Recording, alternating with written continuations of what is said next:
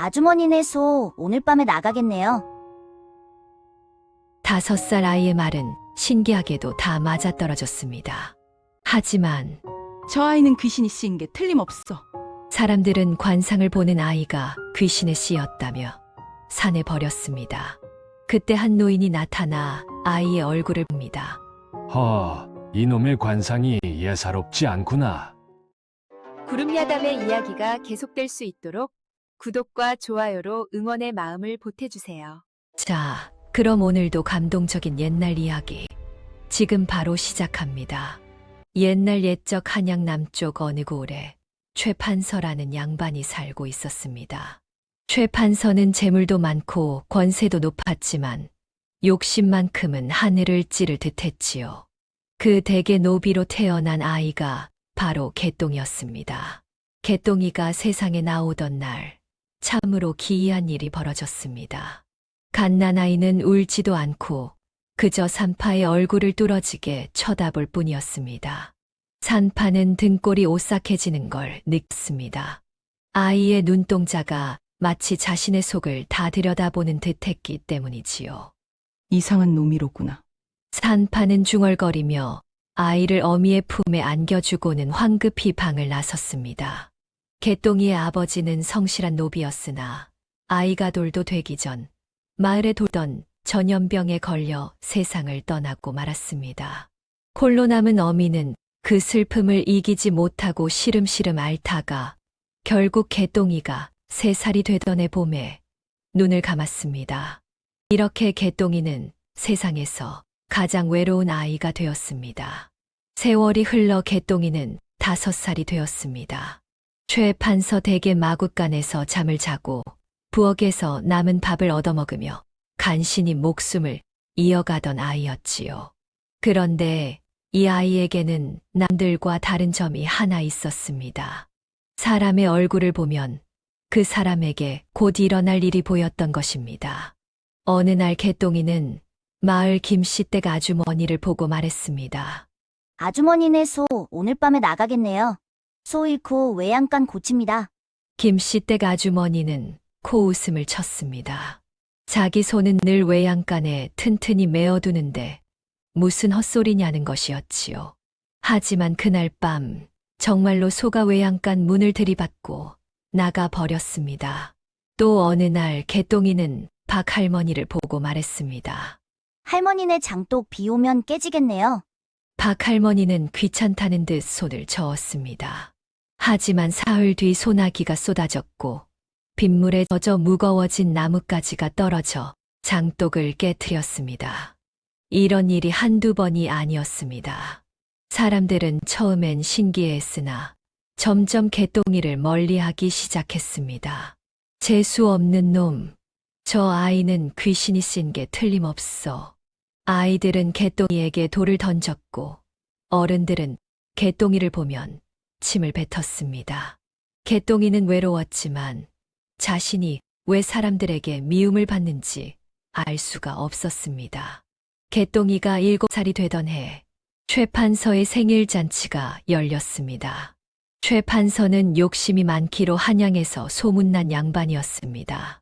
백성들의 땅을 빼앗고 뇌물을 받아 재물을 쌓았으며 권세를 부려 온갖 악행을 저질렀습니다. 그런 자의 생일잔치이니 떡이나 얻어먹으려는 아부꾼들이 사방에서 모여들었습니다. 대감마님, 천수를 누리실 상이십니다. 대감마님의 은덕으로 저희가 먹고 삽니다. 마당에는 온갖 산의 진미가 가득했고 기생들의 노랫소리가 울려 퍼졌습니다. 개똥이는 심부름을 하느라 잔치상 사이를 이리저리 오가고 있었지요. 그때였습니다. 개똥이의 눈에 이상한 것이 보였습니다. 높은 자리에 앉아 기름진 음식을 개걸스럽게 먹어대는 최판서의 얼굴 뒤로 검은 아지랑이가 피어오르고 있었던 것입니다. 개똥이는 그 검은 기운이 무엇을 뜻하는지 본능적으로 알 수 있었습니다. 죽음, 그것도 온 집안이 망하는 멸문지화의 기운이었습니다. 아이는 두려움에 떨며 그 자리에 얼어붙었습니다. 최판서의 크게 벌어진 입, 기름으로 번들거리는 얼굴, 그리고 그 뒤로 일렁이는 검은 그림자. 그것은 마치 지옥에서 올라온 귀신 같았습니다. 개똥은 겁에 질려 있었지만 누군가 이 사실을 알려야 한다고 생각했습니다. 아이는 떨리는 발걸음으로 최판서 앞으로 다가갔습니다. 대감마님, 잔치에 취해 있던 최판서가 아이를 내려다보았습니다. 뭐냐, 이놈아? 개똥이는 순진하게 자신이 본 것을 말했습니다. 대감마님 얼굴에 죽을사 작아 보입니다. 순간 잔칫집이 쥐죽은 듯 조용해졌습니다. 아부꾼들의 웃음소리도 기생들의 노랫소리도 뚝 끊겼지요.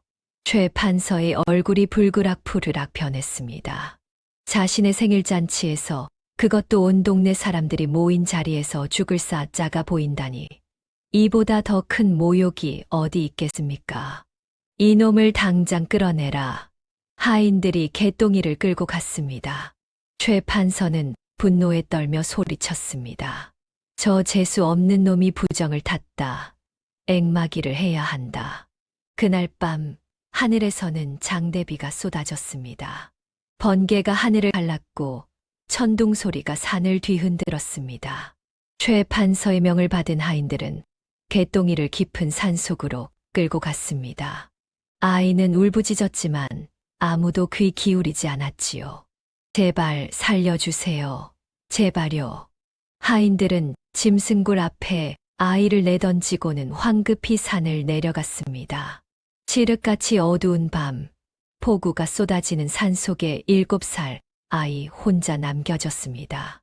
개똥이는 공포에 떨며 굴 입구에 웅크렸습니다. 차가운 빗물이 온몸을 적셨고 어디선가 짐승의 울음소리가 들려왔습니다. 어머니, 아이는 죽은 어미를 부르며 결국 기진맥진하여 정신을 잃고 말았습니다. 동이 트기 전 한 노인이 산길을 걷고 있었습니다. 바로 허노인이었지요. 그는 귀한 산삼을 캐러 깊은 산을 찾아 헤매던 중이었습니다. 허허, 이 밤에 무슨 소리가 들리는구만. 노인은 희미한 신음소리를 따라 걸음을 옮겼습니다. 그리고 굴 앞에 쓰러져 있는 아이를 발견했습니다. 이런, 노인은 재빨리 아이를 안아 올렸습니다. 온몸이 얼음장처럼 차가웠고 숨은 끊어질 듯 가늘었습니다. 노인은 품에서 약주머니를 꺼내 아이의 입에 환약을 넣어 주었습니다. 한참을 지나자 개똥이가 천천히 눈을 떴습니다. 노인은 아이의 맥을 짚어보고는 눈을 크게 떴습니다. 허허, 이놈의 관상이 예사롭지 않구나. 노인은 아이의 이마를 자세히 살폈습니다. 애군이 가득했지만 그 너머로 보이는 기운은 범상치 않았습니다. 살 놈은 사는 법이지. 자, 일어나거라. 이 늙은이를 따라오너라. 개똥이는 정신도 제대로 차리지 못한 채 노인의 손을 잡고 일어섰습니다. 그렇게 아이는 새로운 운명을 향해 첫걸음을 내딛었습니다. 허노인은 개똥이를 자신의 초막으로 데려왔습니다. 산속 깊은 곳에 자리 잡은 작은 집이었지만 약초와 책들이 가득했습니다. 내 이름이 무엇이냐? 개똥이라고 합니다. 노인은 고개를 저었습니다. 그런 이름은 이제 버려라. 오늘부터 너는 천안이다. 하늘이 준 눈, 천안이라는 뜻이지. 개똥이는 아니 이제 천안이 된 아이는 영문도 모른 채 고개를 끄덕였습니다. 노인은 과거 내의원에서 수석 어의를 지낸 인물이었습니다. 하지만 권신들의 모함으로 억울하게 쫓겨나 산속에 은거하며 살고 있었지요. 천안아, 잘 들어라. 관상은 점을 치는 게 아니다. 사람의 오장육부와 마음의 병을 잇는 것이지. 노인은 의술과 주역, 관상학을 접목하여 가르쳤습니다. 천안은 스펀지처럼 모든 것을 흡수했습니다. 아이가 가진 특별한 능력은 바로 이 배움을 통해 더욱 정교하게 다듬어졌습니다.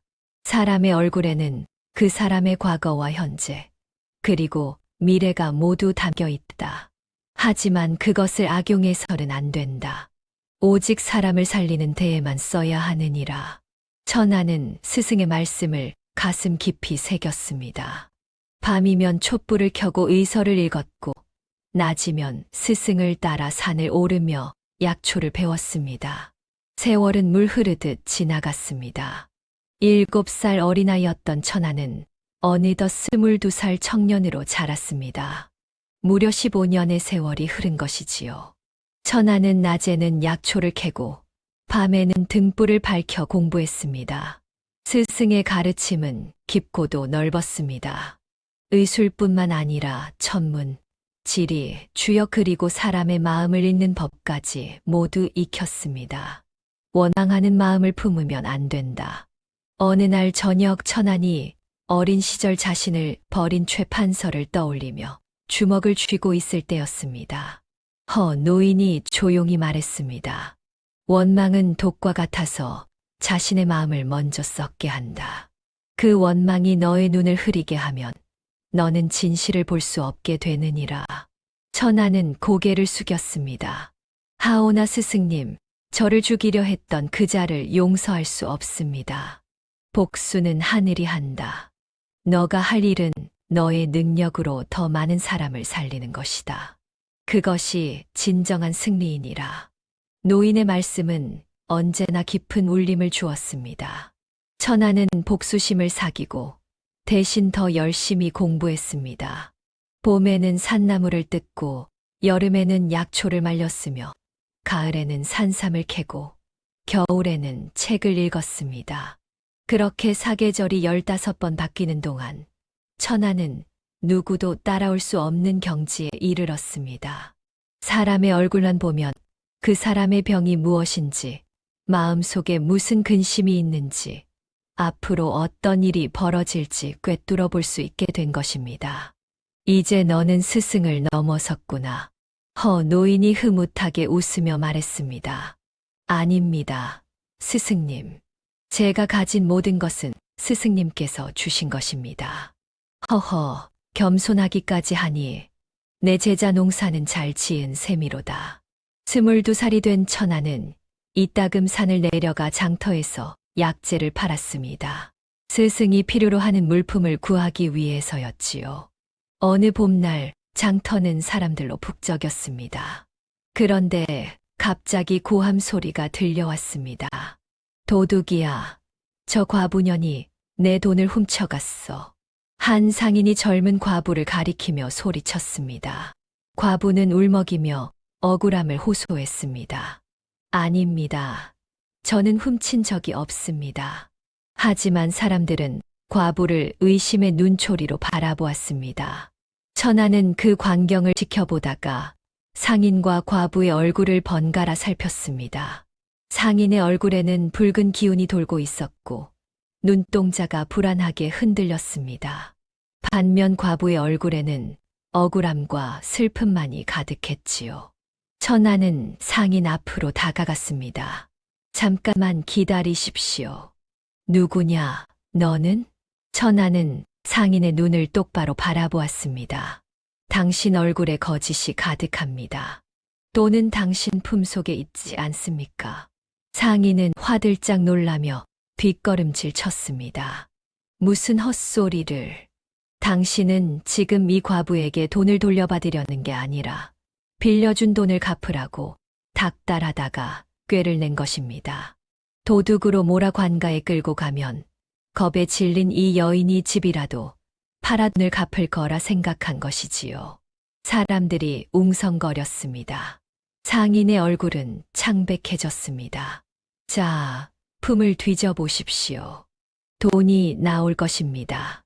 결국 상인의 품에서 돈이 나왔고 사람들은 환호했습니다. 과부는 눈물을 흘리며 천안에게 절을 올렸습니다. 그날 이후 장터 사람들은 천안을 젊은 도사라 불렀습니다. 천안의 소문은 순식간에 퍼져나갔습니다. 장터를 넘어 마을로, 마을을 넘어 고을로, 고을을 넘어 한양까지 소문이 퍼졌지요. 산속에 신통한 젊은이가 있다더군. 사람 얼굴만 봐도 병을 고친다던데? 한양의 양반들이 하나둘 찾아오기 시작했습니다. 어떤 이는 말을 타고 왔고 어떤 이는 가마를 메고 왔습니다. 그런데 천안의 태도는 예사롭지 않았습니다. 비단 옷을 입고 돈주머니를 잔뜩 들고 온 탐관오리가 찾아오면 천안은 문전박대했습니다. 돌아가십시오. 뭐라고? 내가 누군지 아느냐? 압니다. 백성의 고혈을 빨아먹는 탐관오리시지요. 당신 얼굴에는 욕심이 덕지덕지 붙어 있어 볼 게 없습니다. 양반은 화를 내며 돌아갔지만 천안은 개의치 않았습니다. 반면 병든 노모를 업고 찾아온 가난한 효자에게는 천안이 먼저 달려갔습니다. 어서 오십시오. 노모를 이리 눕히시지요. 천안은 노모의 맥을 짚고 얼굴을 살펴본 뒤 말했습니다. 오래된 냉병이십니다. 걱정 마십시오. 약을 지어 드리겠습니다. 천안은 직접 약초를 다려 노모에게 먹였습니다. 효자가 돈을 내려 하자 천안은 손사래를 쳤습니다. 어머니를 살리려는 그 마음이 이미 값진 것입니다. 돈은 필요 없습니다. 이런 일이 반복되자 백성들 사이에서 천안은 살아있는 부처라 불렸습니다. 어느 날 허노인이 천안에게 말했습니다. 천안아, 내가 가진 능력은 하늘이 준 선물이다. 하지만 그 선물을 어떻게 쓰느냐는 내 마음에 달려있지. 마음이 고와야 관상도 곱게 핀다는 것을 잊지 마라. 명심하겠습니다, 스승님. 천안은 더욱 겸손하게, 더욱 따뜻하게 사람들을 대했습니다. 그의 명성은 날로 높아져 갔습니다. 천안이 25살이 되던 해, 노인이 말했습니다. 천안아, 이제 한양으로 가보거라. 너의 능력 필요한 곳은 산속이 아니라 사람들이 사는 곳이다. 천안은 고개를 저었습니다. 스승님을 두고 어찌 갑니까? 스승님께서 필요로 하시는데 제가 어찌 떠날 수 있겠습니까? 허허, 이 늙은이는 여기 산에 묻힐 몸이다. 너는 세상으로 나가 더 많은 이들을 구해야 하느니라. 노인의 목소리에는 단호함이 담겨 있었습니다. 천안은 스승의 뜻을 거역할 수 없었습니다. 며칠 뒤 천안은 보따리를 꾸려 한양으로 향했습니다. 산을 내려오는 내내 뒤를 돌아보았습니다. 초막에 서 있는 스승의 모습이 점점 작아져 갔습니다. 한양에 도착한 천안은 성문 앞에서 화려한 행렬을 목격했습니다.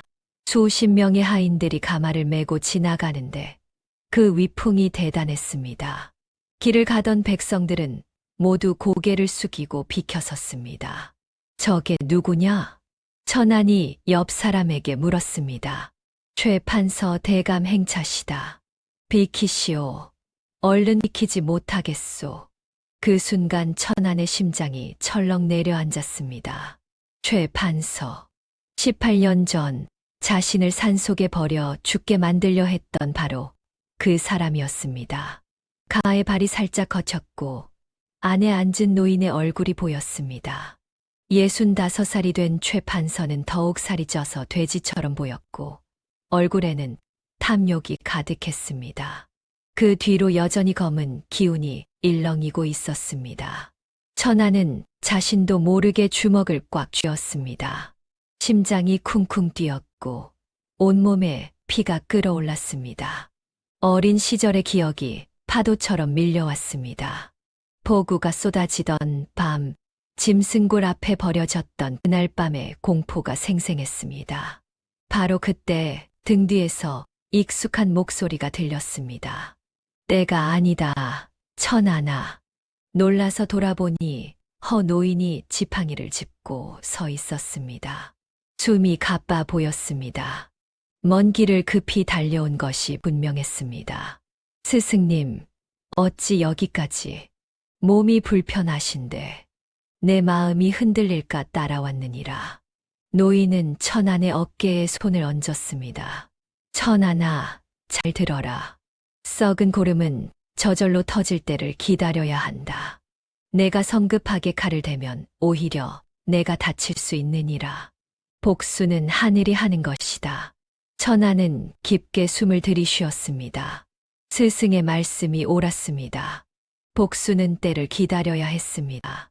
명심하겠습니다. 스승님. 허 노인은 천안의 어깨를 토닥였습니다. 좋다. 지금은 내 능력을 더욱 갈고 닦을 때다. 하늘이 너를 쓸 때가 반드시 온다. 그때를 위해 준비하거라. 천안은 고개를 끄덕이고 행렬이 사라진 거리를 바라보았습니다. 마음속 깊은 곳에서 복수의 불씨가 타오르고 있었지만 천안은 그것을 꾹 눌러 담았습니다. 때를 기다리기로 한 것입니다. 하늘이 정한 그대를 말입니다. 그로부터 석 달 뒤 한양 전체가 발칵 뒤집어졌습니다. 왕께서 원인 모를 괴질에 걸리셨다는 소문이 퍼진 것입니다. 대전 안에서는 왕의 신음소리가 밤낮으로 이어졌습니다. 악몽에 시달리고 식은땀을 비 오듯 흘리며 음식도 제대로 넘기지 못하셨지요. 밤이면 괴로운 비명을 지르며 깨어나시곤 했습니다. 내의원의 어이들이 밤낮으로 약을 다렸으나 왕의 병세는 나아지지 않았습니다. 오히려 날이 갈수록 더욱 깊어져만 갔습니다. 침을 놓아도 소용없었고 약을 다려도 차도가 없었습니다. 궁궐 안은 무거운 분위기에 휩싸였습니다. 궁녀들은 소곤소곤 불길한 소문을 속삭였고 내관들은 근심 어린 얼굴로 복도를 오갔습니다. 이때 조정의 실세로 군림하던 최 판서가 움직였습니다. 그는 이 기회를 놓치지 않았지요. 전하의 병화는 범상한 병이 아니옵니다. 귀신이 붙은 것이니 무당을 불러 굿을 해야 합니다. 대신들이 반대했습니다. 그럴 수는 없습니다. 무당을 궁궐에 들이는 것은 예법에 어긋납니다. 하지만 왕의 병세가 워낙 심각하자 결국 최 판서의 뜻대로 되었습니다.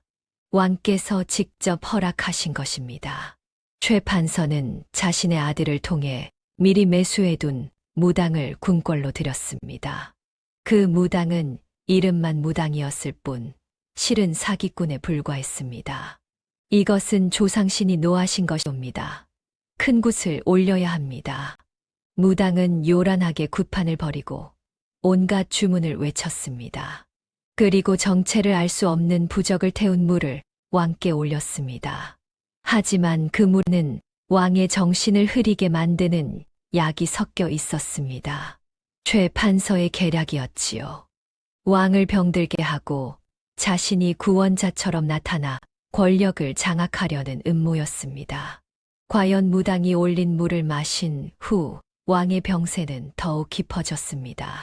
어전에서는 왕의 괴로운 신음소리가 끊이지 않았고 궁궐 전체가 슬픔에 잠겼습니다. 백성들도 불안에 떨었습니다. 전하께서 위독하시다니 나라의 망조가 든 것 아닌가. 이러다 나라가 어찌 되는 것이냐? 한양거리에는 흉흉한 소문이 떠돌았고 백성들의 마음은 어두워져만 갔습니다. 장터는 한산해졌고 사람들은 집에만 틀어박혀 있었습니다. 무당의 굿판은 날이 갈수록 요란해졌습니다. 징과 꽹과리 소리가 대궐을 뒤흔들었고 온갖 이상한 주문이 밤낮으로 이어졌습니다. 무당은 궁궐 곳곳에 부적을 붙이고 왕께 정체불명의 약물을 계속 올렸습니다. 그럴수록 왕의 정신은 더욱 혼미해졌고 몸은 더욱 쇠약해져 갔습니다. 한때 씩씩하시던 왕의 모습은 온데간데 없었습니다. 이것은 악귀가 깊이 들어앉은 것이옵니다. 더 큰 굿을 해야 합니다. 산돼지를 잡고 소를 잡아 제를 올려야 합니다. 무당의 말에 따라 궁궐에서는 엄청난 재물이 쓰여졌습니다. 그 재물은 고스란히 최 판서와 무당의 주머니로 들어갔지요. 내의원 어이들은 이것이 잘못되었다고 간언했으나 최 판서의 권세 앞에서 아무도 나서지 못했습니다. 감히 무엇을 안다고 전하의 치료를 방해하는가? 너희들이 약을 다려도 차도가 없지 않았느냐? 최 판서의 호통에 어이들은 입을 다물 수밖에 없었습니다. 말을 잘못 꺼냈다가는 목이 날아갈 판이었습니다. 한편 백성들 사이에서는 점점 더 불길한 소문이 퍼졌습니다. 전하께서 곧 승하하신다던데, 조정에 간신히 득실거린다던데, 나라가 망하는 게 아닐까? 백성들은 어찌 되는 거냐? 장터는 한산해졌고 사람들은 근심 어린 얼굴로 하루하루를 보냈습니다. 한양 전체가 먹구름에 덮인 듯 어두웠습니다. 길거리에는 사람들의 웃음소리가 사라졌습니다. 최 판서는 은밀히 웃음을 지었습니다. 모든 것이 자신의 계획대로 흘러가고 있었기 때문입니다. 왕이 더욱 쇠약해지면 자신이 섭정을 하게 될 것이고, 그렇게 되면 나라 전체가 자신의 손아귀에 들어올 것이었습니다. 허허, 세상이 내 것이 되는구나. 이 모든 것이 내 것이 될 터이니. 최 판서는 탐욕이 가득 찬 눈으로 궁궐을 바라보았습니다. 그의 눈에는 권력에 대한 집착만이 가득했습니다. 산속 초막에서 이 모든 소식을 들은 허 노인은 깊은 한숨을 내쉬었습니다. 나라가 위태롭구나. 백성들이 고통받고 있구나. 노인은 며칠 밤을 뜬 눈으로 지새웠습니다. 오랜 고민 끝에 결심을 했습니다. 장롱 깊숙한 곳에서 낡은 나무 상자를 꺼냈습니다. 그 안에는 오래전 내의원에서 쓰던 신분패와 한 통의 서신이 들어 있었습니다. 노인은 떨리는 손으로 그것들을 꺼내며 눈시울을 붉혔습니다. 20년 만에 꺼내보는 물건이었습니다. 허노인은 천안을 불렀습니다. 천안아, 이것을 받아라. 천안은 스승이 내민 패와 서신을 받았습니다. 패에는 내의원 수석 어의 허담이라는 글자가 새겨져 있었습니다. 스승님, 이것은. 천안은 놀라서 패를 바라보았습니다. 수석 어이라니 스승님이 얼마나 높은 자리에 계셨는지 비로소 알게 된 것입니다. 내가 궁궐에 있을 때 쓰던 물건이다. 그리고 이 서신은 내 옛벗에게 보내는 편지이니라. 허 노인은 천안의 손을 꼭 잡았습니다. 그 손은 차갑고 떨리고 있었습니다. 천안아, 이제 내가 나설 때가 왔다. 이 패를 들고 궁궐로 가거라. 내 옛벗인 상선 영감이 너를 도와줄 것이다. 하오나 스승님, 제가 어찌 감히 궁궐에. 저는 아무것도 아닌 천한 몸인데. 아니다. 너는 하늘이 보낸 자이니라. 노인의 목소리에 힘이 실렸습니다. 너는 할 수 있다. 아니, 너만이 할 수 있다. 나라를 구하고 백성을 구하고 전하를 구하는 것. 그것이 바로 하늘이 내게 준 천안의 의미이니라. 천안은 스승의 간절한 눈빛을 보았습니다. 늙고 병든 스승이 마지막 힘을 짜내어 자신을 보내려 하는 것이었습니다. 알겠습니다, 스승님. 반드시 전하를 살려내겠습니다. 나라를 구하겠습니다. 천안은 패와 서신을 품에 넣고 일어섰습니다. 천안아. 문을 나서려는 천안을 노인이 불렀습니다. 기억하거라. 원망으로 사람을 대하지 말고 자비로 사람을 대하거라. 그것이 진정한 어이의 마음이니라. 내가 최 판서를 만나더라도 마음을 흔들리지 마라. 명심하겠습니다, 스승님. 천안은 깊이 절을 올리고 한양을 향해 달려갔습니다. 뒤돌아보니 스승이 초막 앞에 서서 손을 흔들고 계셨습니다. 천안이 궁궐 정문에 도착했을 때는 한밤중이었습니다. 수문장들이 창을 들고 길을 막아섰습니다. 누구냐? 이 밤에 궁궐에 무슨 일이냐? 전하를 뵈러 왔습니다. 수문장들이 코웃음을 쳤습니다. 감히 상놈 주제에 전하를 뵙겠다고? 정신이 나갔구나. 썩 물러가지 못할까. 한 수문장이 창을 들이밀며 위협했습니다. 천안은 침착하게 품에서 허노인의 패를 꺼내 보였습니다. 내의원 수석어의 허담 영감의 패입니다. 상선 대감께 이것을 전해 주시기 바랍니다. 수문장들이 패를 보고 놀랐습니다. 비록 오래된 것이지만 분명 진짜 내의원 패였습니다.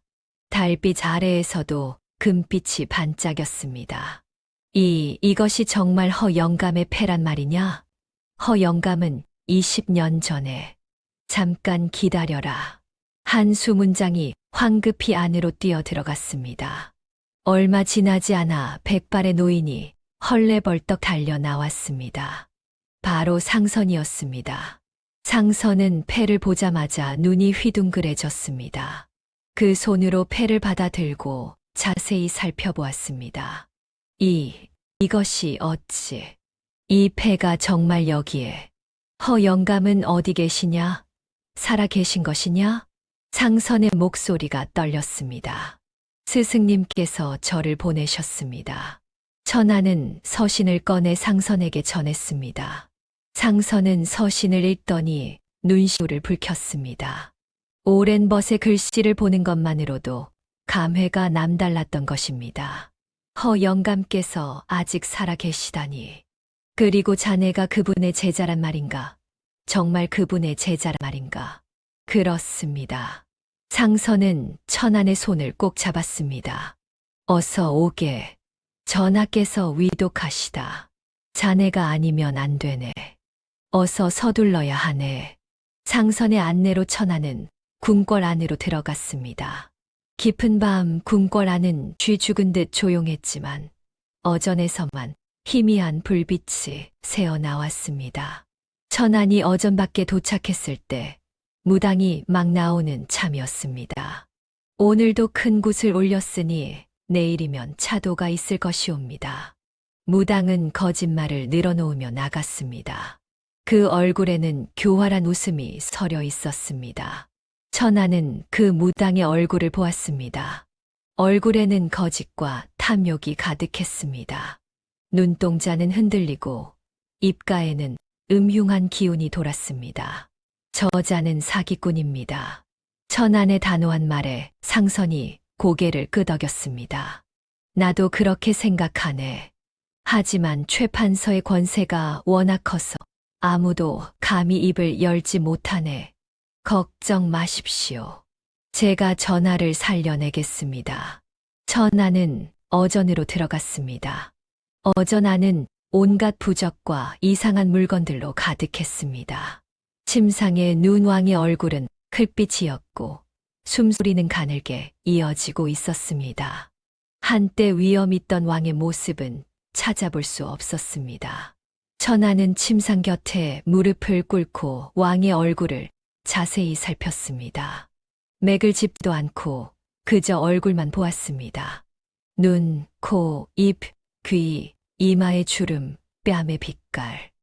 모든 것을 꼼꼼히 살폈습니다. 한참을 그렇게 지켜보던 천안이 입을 열었습니다. 전하, 이것은 병이 아니옵니다. 희미하게 눈을 뜬 왕이 천안을 바라보았습니다. 그 눈빛에는 고통과 절망이 가득했습니다. 그럼 무엇이냐? 어찌 이리 괴롭단 말이냐? 화가 쌓여 독이 된 것이옵니다. 전하께서 마음속에 품으신 근심과 분노, 그것이 오장육부를 태우고 있사옵니다. 천하는 침착하게 말을 이었습니다. 더욱이 전하께서 드신 부적물에는 정신을 흐리게 하는 독약이 섞여 있었사옵니다. 이는 병이 아니라 사람이 만든 화근이옵니다. 왕의 눈에 놀람이 어렸습니다. 그리고 분노가 타올랐습니다. 그렇다면 누가 감히 과인을? 곁에 있는 간신들이 전하의 눈과 귀를 막았사옵니다. 그들이 바친 거짓된 말과 독이 든 약이 전하를 이 지경으로 만든 것이옵니다. 천안의 말에 왕은 분노와 슬픔이 뒤섞인 표정을 지었습니다. 자신을 믿고 의지했던 신하들이 자신을 해치고 있었다는 사실을 깨달은 것입니다. 경은 과인을 구할 수 있겠는가? 정말 구할 수 있겠는가? 왕의 목소리에는 간절함이 담겨 있었습니다. 그러하옵니다. 전하. 하오나 먼저 이 모든 부적을 치우고 맑은 공기를 들이셔야 하옵니다. 이 방 안의 탁한 기운이 전하를 더욱 괴롭게 하고 있사옵니다. 천하는 상선에게 명했습니다. 이 방 안의 모든 부적과 이상한 물건들을 치워주십시오. 그리고 창문을 활짝 여십시오. 상선이 재빨리 움직였습니다. 부적들이 찢겨 나가고 창문이 열리자 신선한 바람이 어전 안으로 들어왔습니다. 달빛도 함께 들어와 방 안을 은은하게 밝혔습니다. 천하는 품에서 약재를 꺼내 직접 다리기 시작했습니다. 그리고 정성껏 다린 약을 왕께 올렸습니다. 전하, 이 약은 독을 풀고 화를 내리는 약이옵니다. 드시옵소서. 왕은 천안의 눈을 보았습니다. 그 눈에는 거짓이 없었고 오직 진심만이 담겨 있었습니다. 왕은 오랜만에 믿을 수 있는 사람을 본 것입니다. 왕은 천천히 약을 드셨습니다. 그리고 처음으로 편안한 잠에 들었습니다. 악몽도 나타나지 않았습니다. 다음 날 아침 왕의 안색이 조금 돌아왔습니다. 천안의 약이 효과를 본 것입니다. 밤새 편안히 주무신 왕은 한결 나아 보였습니다. 하지만 천안은 여기서 멈추지 않았습니다. 진짜 범인을 찾아내야 했습니다. 독을 탄 자를 찾아내지 않으면 다시 같은 일이 벌어질 것이기 때문입니다. 상선대감, 전하를 모시는 궁녀와 내관들을 모두 이곳으로 불러주십시오. 상선의 명으로 10명 남짓한 궁녀와 내관들이 어전 밖에 모였습니다. 모두들 불안한 표정이었습니다. 천하는 그들의 얼굴을 하나하나 살폈습니다. 대부분은 걱정과 두려움만이 가득한 얼굴이었습니다. 진심으로 전하를 걱정하는 마음이 보였습니다. 하지만 한 젊은 궁녀의 얼굴만은 달랐습니다. 얼굴빛이 흑빛이었고 눈동자가 불안하게 흔들렸습니다. 입술은 파랗게 질려 있었습니다. 천안이 그 궁녀 앞으로 다가갔습니다. 궁녀는 더욱 떨기 시작했습니다. 너의 얼굴의 주인을 배신한 공포가 서려 있구나. 궁녀는 화들짝 놀라며 고개를 떨구었습니다. 아니옵니다. 저는 아무것도. 네 손이 떨리고 입술이 파랗게 질려 있다. 이마에는 식은땀이 맺혀 있구나. 내가 전하께 독약을 탄 것이 아니냐? 결국 궁녀는 무릎을 꿇으며 울음을 터뜨렸습니다. 다리에 힘이 풀려 주저앉고 말았습니다. 용서하옵소서. 저는 시킨 대로만 했을 뿐이옵니다. 저도 어쩔 수 없었사옵니다. 누가 시켰느냐? 누가 너에게 그런 짓을 시켰느냐? 천안의 목소리는 엄하면서도 어딘가 온화함이 담겨 있었습니다. 최 판서 대감께 옵니다. 대감께서 저희 가족을 인질로 잡고 전하께 드리는 약에 이상한 가루를 달라고 안 하면 가족을 모두 죽인다고 궁녀는 흐느끼며 말했습니다. 진실이 드러나는 순간이었습니다. 상선과 주변의 신하들은 경악했습니다. 모두들 최 판서의 악행에 치를 떨었습니다. 천하는 왕께 아뢰었습니다. 전하, 최 판서가 바로 이 모든 일의 주모자이옵니다. 전하를 독살하려 한 역적이옵니다. 소식을 들은 최 판서는 경악했습니다. 완벽하다고 생각했던 계획이 무너지기 시작한 것입니다. 안 돼. 이대로 끝날 수는 없어. 절대 안 돼. 최 판서는 사병들을 풀어 천안을 없애려 했습니다. 한밤중 수십 명의 자객들이 궁궐로 들이닥쳤습니다. 칼을 빼든 채 어전을 향해 달려왔습니다. 하지만 상선이 이미 왕명을 받아 금군을 배치해 둔 터였습니다. 자객들은 금군에게 제압되었고 최 판서는 궁지에 몰렸습니다. 이튿날 아침 최 판서는 어전으로 끌려왔습니다. 왕 앞에 꿇어앉은 최 판서는 여전히 발악했습니다. 전하, 저는 억울하옵니다. 저 자는 사기꾼이옵니다. 어디서 온지도 모르는 자의 말을 어찌 믿으시옵니까? 그때 천안이 최 판서 앞으로 걸어갔습니다. 그리고 조용히 말했습니다. 대감, 18년 전 빗속에 버려진 그 아이를 기억하십니까? 최 판서의 얼굴이 새하얗게 질렸습니다. 그 순간 과거의 기억이 스쳐 지나갔습니다. 너는 설마 그때 그 개똥이가? 그렇습니다. 제가 바로 그 개똥이옵니다. 최 판서는 믿을 수 없다는 표정으로 천안을 바라보았습니다. 죽은 줄 알았던 그 아이가 살아서 돌아온 것입니다. 그것도 자신을 파멸로 몰아넣는 자로 말입니다. 그때 대감께서는 저를 죽음의 산에 버렸습니다. 하지만 하늘은 저를 살려주셨습니다. 그리고 오늘 하늘은 대감의 죄를 밝히라 하셨습니다. 천하는 왕께 아뢰었습니다. 전하, 최 판서는 18년 전부터 온갖 악행을 저질렀사옵니다. 백성의 땅을 빼앗고 뇌물을 받았으며 심지어 7살 아이를 죽이려 하였사옵니다. 왕의 얼굴에 노기가 가득했습니다. 최 판서 경의 죄목이 이토록 많으냐? 과인을 독살하려 했을 뿐 아니라 어린아이까지. 최 판서는 땅바닥에 엎드려 용서를 빌었습니다. 하지만 이미 늦었습니다. 바로 그때 최 판서의 아들이 급히 어전으로 들어왔습니다. 그 손에는 두툼한 장부가 들려 있었습니다. 전하, 저는 아버지의 비리를 고발하러 왔사옵니다. 최 판서는 믿을 수 없다는 표정으로 아들을 바라보았습니다. 자신이 그토록 아끼던 아들이 자신을 배신하는 것이었습니다. 내 이놈, 네가 감히, 네가 내 아들이냐?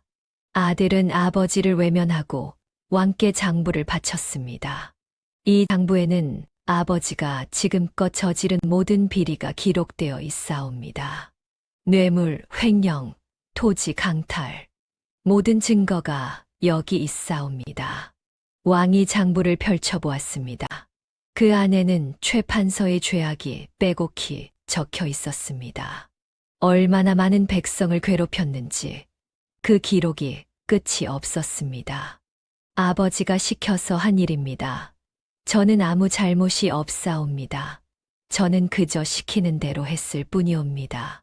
아들의 말에 최 판서는 피를 토하듯 외쳤습니다. 이 불효자식아, 네가 내 아들이냐?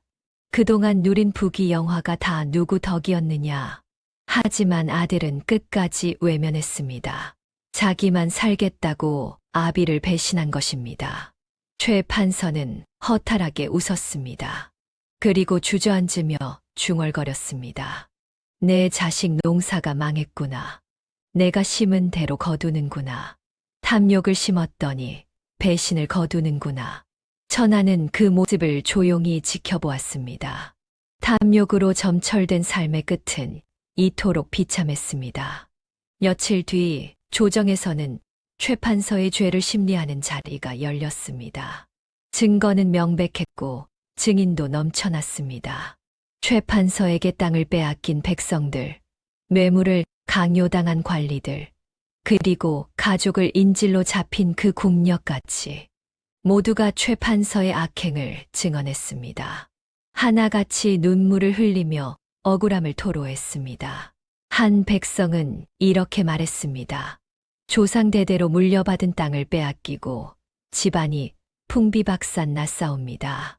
또 다른 백성은 흐느꼈습니다. 어린 딸을 팔아야 했사옵니다. 최 판서가 곡식을 모두 빼앗아 갔기 때문이옵니다. 왕은 최 판서에게 사형을 선고했습니다. 경은 나라의 신하로서 백성을 돌봐야 할 자리에 있었으나 오히려 백성을 수탈하고 과인을 해하려 했다. 이는 용서할 수 없는 대역죄이니라.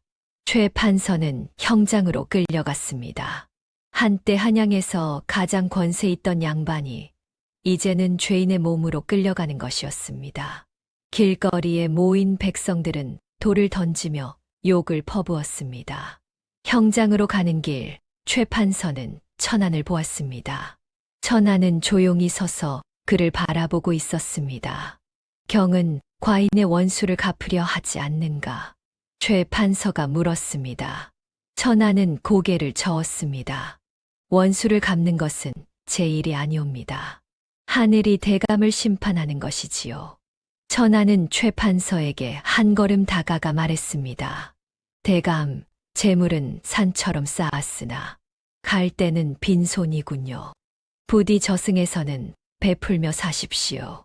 최판서는 그제야 회한의 눈물을 흘렸습니다. 평생을 탐욕으로 살아온 자신의 삶이 주마등처럼 스쳐 지나갔습니다. 재물을 모으느라 정작 사람을 얻지 못했고, 권세를 누리느라 정작 행복을 누리지 못했습니다. 아들마저 자신을 배신했으니 그가 쌓은 것은 재물이 아니라 허무였던 것입니다. 공술의 공수거, 빈손으로 왔다가 빈손으로 가는구나. 평생을 헛되이 살았구나. 최 판서는 고개를 떨구며 형장으로 걸어갔습니다. 그 뒷모습은 처량하기 그지없었습니다. 한편 최 판서의 아들은 아버지의 재산을 차지하려 했으나 왕은 그 재산을 모두 몰수하여 백성들에게 돌려주라 명했습니다. 아비를 배신한 자식에게 무슨 재물을 주겠느냐. 그 재물은 모두 백성에게서 빼앗은 것이니 백성에게 돌려주어라. 결국 최 판서의 아들도 빈털터리가 되어 한양을 떠나야 했습니다. 탐욕의 대가는 이렇게 처절했습니다. 그 역시 아버지가 심은 씨앗을 거두게 된 것입니다. 왕은 천안의 치료를 받으며 날로 건강을 되찾았습니다. 얼굴에 생기가 돌고 식욕도 돌아왔으며 악몽도 사라졌습니다. 한 달 전의 초췌한 모습은 찾아볼 수 없었습니다. 한 달이 지나자 왕은 완전히 회복되었습니다. 조정 대신들은 모두 기뻐했고 백성들도 안도의 한숨을 내쉬었습니다. 한양 거리에는 다시 웃음소리가 돌아왔습니다. 왕은 천안을 불러 큰 상을 내리려 했습니다. 경은 과인의 목숨을 구했을 뿐 아니라 나라를 위기에서 구했도다. 정일품 벼슬을 내리고 한양의 큰 기와집을 하사하겠노라. 원하는 것이 있으면 무엇이든 말하거라. 하지만 천하는 정중히 고개를 숙이며 거절했습니다. 전하, 황송하오나 신은 벼슬도 집도 원치 않사옵니다. 왕은 놀랐습니다. 누구나 탐낼 벼슬과 재물을 거절하다니 믿을 수 없는 일이었습니다. 무엇 때문인가?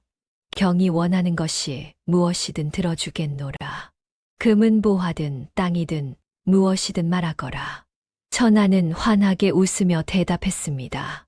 전하, 세상 모든 사람의 얼굴이 신의 스승이옵니다. 그리고 자연이 신의 집이옵니다. 신은 궁궐이 아니라 백성들 곁에서 살고 싶사옵니다. 왕은 천안의 말에 깊이 감동했습니다. 이토록 청렴한 신하를 본 적이 없었기 때문입니다. 경은 진정한 어이로다. 좋다. 그렇다면 경이 가는 곳마다 과인의 축복이 함께하기를 바라노라. 왕은 천안에게 금으로 된 어의 패를 하사했습니다. 이 패를 가지고 있으면 전국 어디서든 관가의 도움을 받을 수 있을 것이다. 그리고 백성을 살리는 데 쓰거라. 이것이 과인이 경에게 줄 수 있는 최소한의 은혜이니라. 천하는 깊이 절하며 패를 받았습니다. 그 패에는 왕의 어보가 새겨져 있었습니다. 천하는 한양을 떠나 산속 초막으로 돌아갔습니다.